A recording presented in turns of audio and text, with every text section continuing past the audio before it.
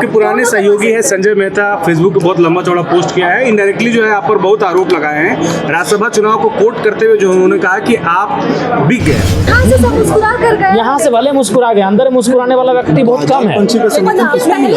हमने झारखंड के विजन, झारखंड के डेवलपमेंट और अंतरात्मा की आवाज को सुनकर ही हमने मत दिया है। तो हमने मत कर दिया है और उम्मीद है कि जिनको मत किया वो जीतेंगे। तो हमको भी तो कई लोगों ने कहा, किसी ने कहा बीएनआर होटल आ जाइए, यही 2 दिन से विश्राम कीजिए, किसी ने कहा रेडिसन आ जाइए, लेकिन आप देखिए हम उस समय कहाँ थे। माहौल तो सभी संशय में है सबके। हम एक आजाद पंछी हम ही थे अंदर में, बाकी सब देखें, एनडीए साइड वाले को भी देखें, इंडिया साइड वालों को देखें, सबके चेहरे में एक संशय है। यहाँ से सब मुस्कुरा कर गए, यहाँ से भले मुस्कुरा गए, अंदर मुस्कुराने वाला व्यक्ति बहुत कम है। हमने झारखंड के विजन, झारखंड के डेवलपमेंट और अंतरात्मा की आवाज को सुनकर ही हमने मत दिया है।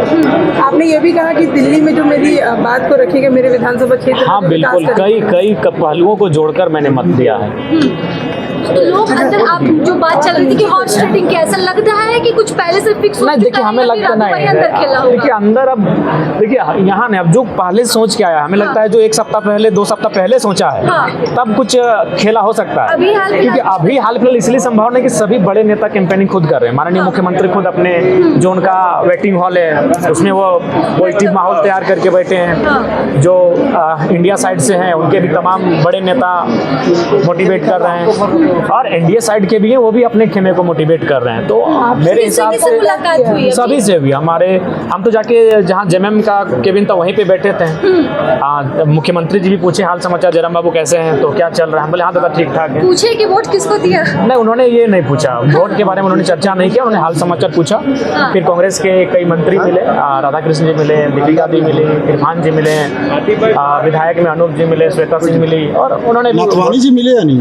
वो तो अंदर बैठे हैं ना, वो तो अंदर बैठे हैं, वो कैंडिडेट है, वो अंदर बैठे हैं। वहाँ तीनों थे, तीनों से राम सलाम किए तीनों। हाँ, एनडीए तरफ से हुई, नवीन जी से हुई, राज सिन्हा जी से हुई, उनसे बातचीत हुई। आपसे बहुत उम्मीदें हैं दोनों पक्ष को?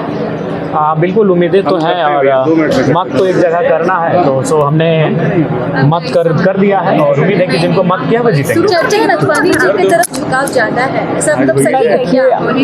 दिल्ली से तो ज्यादा संपर्क वही करवा सकते हैं। ऐसा नहीं है, दिल्ली में माननीय मुख्यमंत्री का प्रभाव बढ़ रहा है।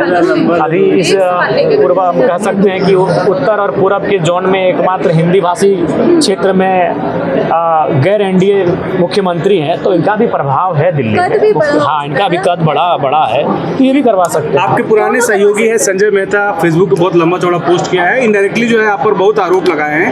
राज्यसभा चुनाव को कोट करते हुए जो उन्होंने कहा कि आप बिक गए।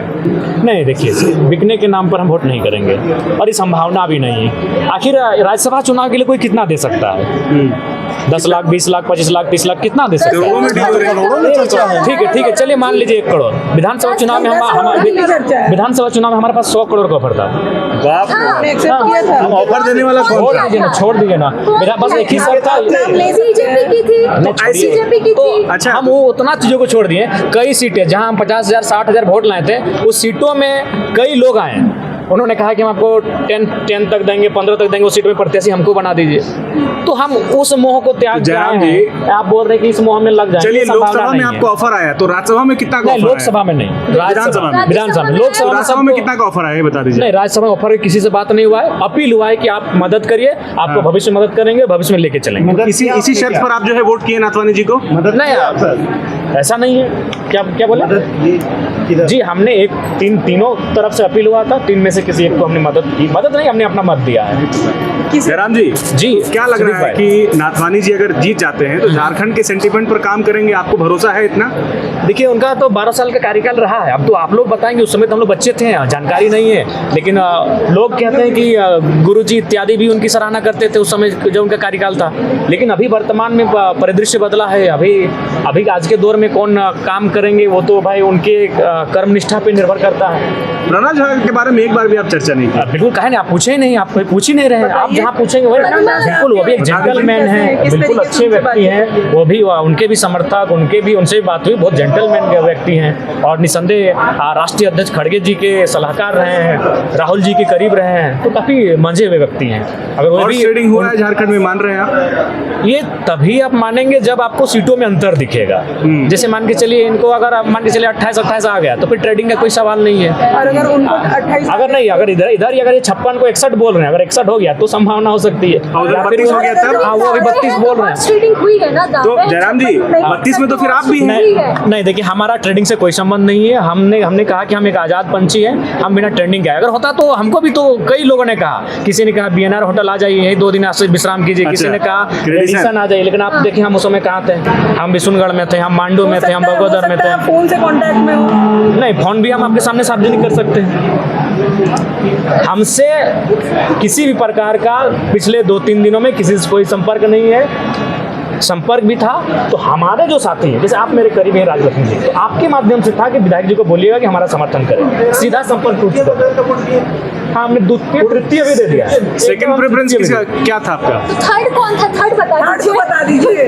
छोड़, तीनों सस्पेंस में ही रहने दीजिए ना। जब आप जानते हैं हमने 3, हाँ एकदम, या फिर एक ही इंसान को जो है वो नहीं तीनों को दे दिए हैं और अब हमने जिनको दिया है प्रथम में, हमें लगता है वो जीतेंगे। ठीक है, ओके।